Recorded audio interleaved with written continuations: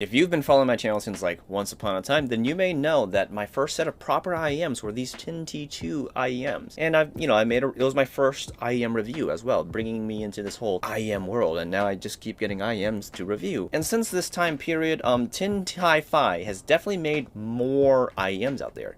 And I've recently got an updated version of the Tin T2s, known as the Tin T2 Pluses to check out. So, that being said, let's talk about it. Alright, let's get some disclaimers out of the way first of all. This was sent out to me for review by Keep Hi-Fi, but this won't affect my review in any way, shape, or form. Everything you're gonna hear here is gonna be my own personal opinion, as usual. And also, as usual, this is gonna be more of a gaming-focused review versus an audiophile review. While I will be touching on audiophile aspects, I'll be going through the whole range like I usually do. I'll be explaining how that'll affect its performance in games, and well, with that being said, let's get started. Here we have the box of the Tin T2 Plus, and within this box is another box. And if we crack open this box, we will find our IEMs, a cable in a nice little baggie, as well as some ear tips in a nice little baggie, some special foam tips if you're into that in a little baggie, and you of course get some paperwork, but not in a little baggie. Alright, well, starting with the cable, it is a loosely braided cable, but fear not, it only looks messy when in a bundle. It actually is very easy to detangle. I mean, look at this thing. It's got a decent amount of thickness to prevent tangling, but also to keep it very durable. Speaking of which, the 3.5mm jack also appears to be very durable, being made of some very nice hardware. It feels very high quality. The splitter, on the other hand, takes a more simple approach, but nevertheless feels quite well built. And beyond the splitter, we do get a chin slider in the form of a plastic bead, which feels, looks, and works as well as it should. Meanwhile, at the end, we do have ear hooks which terminate into MMCX connectors, just like on the original Tin T2s. Now, as for the IEMs themselves, they have a satin smooth pebble-like design, being very simple and round, with the entire housing being completely made of aluminum, but still feeling very light. At the top, you'll find the MMCX connectors, and if you look at the nozzle, it is indeed made of metal like the rest of the body, and as you can see here, it's got a fine mesh grill to keep the nasties out. Now, if you're unfamiliar with MMCX connectors, they're basically just very fancy connectors that use a snapping lock fit, which feels more premium than your 2-pin connector, but basically does the same job. However, this connection can rotate, which can help with your fit. And while we're on that train of thought, here's how they look like on my head. They're fairly small and compact on the ears and don't stick out all that much, so they don't look bad at all. The comfort is also very good, as they're very light and they don't have to jam deep into your canals to stay put. And I honestly think these should fit just about anyone's ears just fine, whether your ears are big or small. Make sure to use the best ear tips for you for the best fit, whether they're silicone or foam. Now, after taking some time to listen to the Tin T2 Pluses, it's clear that the sound seems to be an adjustment of the Tin T2s. It's like they took the feedback that we've been saying about the Tin T2s and applied it to the Tin T2 Pluses. Not for everything though. So, you're gonna get things like bass that we've been asking for these guys for a while, but things they don't adjust too much are the highs. But that's both a good thing and a bad thing, but let's get more into that so you can get an idea of that. If we start with the greatest change between the T2 Pluses and the T2s is the increased bass on the T2 Pluses. There is a lot more bass given compared to the T2s. It's like a really good amount. It's not too much, it's not too little, it's enough to make basically anyone happy. You got a pretty good extension into the sub-bass regions. It's not the deepest reach, I'd say, but it's enough to pull up a lot of those lower notes and give us more rumble and a lot more oomph to the sound. So you can now also feel the bass a lot more. There's more punch, there is more boom to it, but not like a massive amount where it's turning it into an overly warm sound, but enough where anyone would be happy. If you're a bass head, this is an adequate amount. If you're someone who's more into neutral sounds and you want a little bit more bass, this is the kind of bass you're gonna get. It's a good, nice, clean, smooth bass. And speaking of smooth, I would say that the mids are now smoothed out a little bit and a little bit more relaxed. When I first heard them, I felt that the mids were a bit recessed. They weren't as forward as they originally were on the Tin T2s. And this is not necessarily bad, because I do like a nice smooth sound, but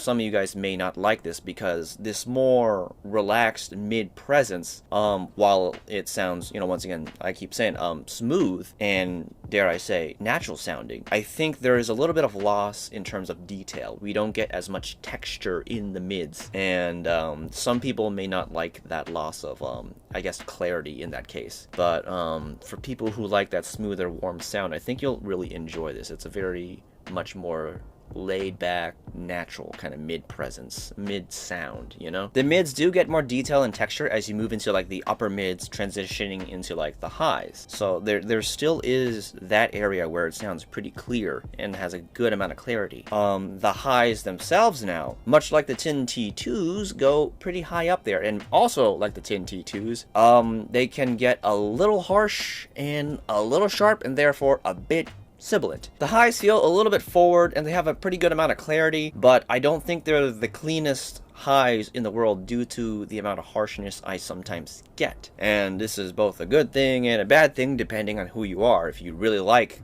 sparkle in your sound, then you probably would actually like this. But for someone like me who's like, a little adverse to very sparkly, harsh forward highs, it's not the greatest thing for me overall. But there are some good points to this, especially in gaming, which I'll get to in a little bit. Until then, let's get into the soundstage. So when it comes to the soundstage of the T2 Pluses, it's slightly above average. It's a little bit bigger than your average IEM soundstage. Like, generally speaking, IEMs have small soundstage, but for an IEM, it's a little bit bigger, I think.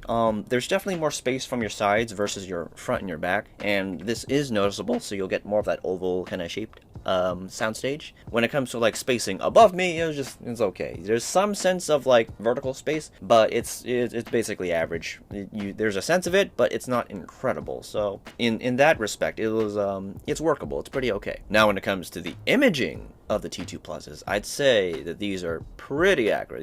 These got a really good amount of precision. Didn't have any trouble finding what I needed to find when I was playing games, like shooter games particularly, listening to where people were. And this wasn't just because of the precision of the imaging, but also because of the sound signature, particularly the highs. Now, a lot of sounds that occur that you're trying to look for are typically within the mid and high range. And I wasn't exactly sure what to expect out of the T2 Pluses because of like how relaxed the mids have gotten in compared to the highs, but I found them to still work very well in shooter games. Like, I didn't have trouble at all finding where people were, and the sounds of the highs kind of brought out those sounds just a bit for me, and this made them very good for those competitive settings where you're tracking people. Though I do think if I just had a little bit more of that mid detail and mid texture to go along with the highs, it would just make them super good for tracking people in those games. But as they are, they're still pretty damn good for tracking people in competitive games. Now on the other hand, when it comes to like less competitive games or just playing like competitive games less competitively, I was expecting these guys to like just not do that great, but they surprisingly did pretty well. There is more bass, and this is probably what helped it a lot. It gave more body to the sound, so it helped bring out a lot of those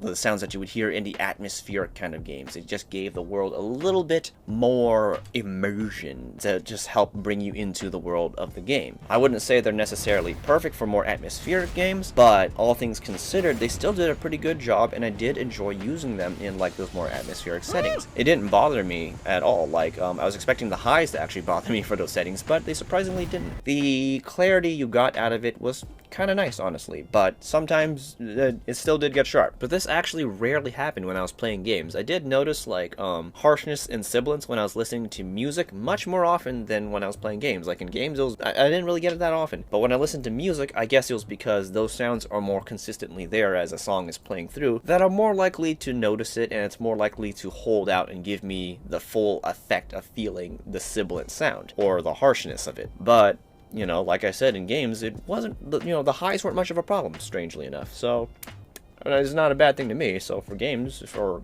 that situation, I think that's a plus. Overall, I think these IEMs are designed for someone who plays games overall, but primarily plays more competitive shooter type of games where they need to track people. Like while they play every game out there, they'll play atmospheric games and non-atmospheric games, competitive games, non-competitive games. Their main focus is competitive games, and they play ranked where tracking people matters, but they still want to like enjoy games that are less competitive and still use the same set. This is who these are for. You play all the games, but you definitely lead a little bit more into the competitive range, and you still want to do good in ranked. So yeah, that's basically all I got for today. So if you do want to buy these guys, I will have a link down in the description in case you want to purchase them at all. And if this video did help you out with your whole purchase decision for whether you want them or not, do leave me a like. Helps me in this whole algorithm space. Subscribe for more content. Hit the notification bell if you want to know when I'm posting next. Also, I left a little link down there. Sometimes I stream. That's my little Twitch stream link. Watch me die. Watch me live. Watch me do the best I can in games. That link's down there. Twitch. And with all that aside, that's basically all I have today. Thanks for coming in. I don't know how to do an outro. I don't even have an outro. I just take a guess every time I'm trying to close the video. But there's always one thing I typically do, and that's it. Goodbye. This is the thing I keep on doing.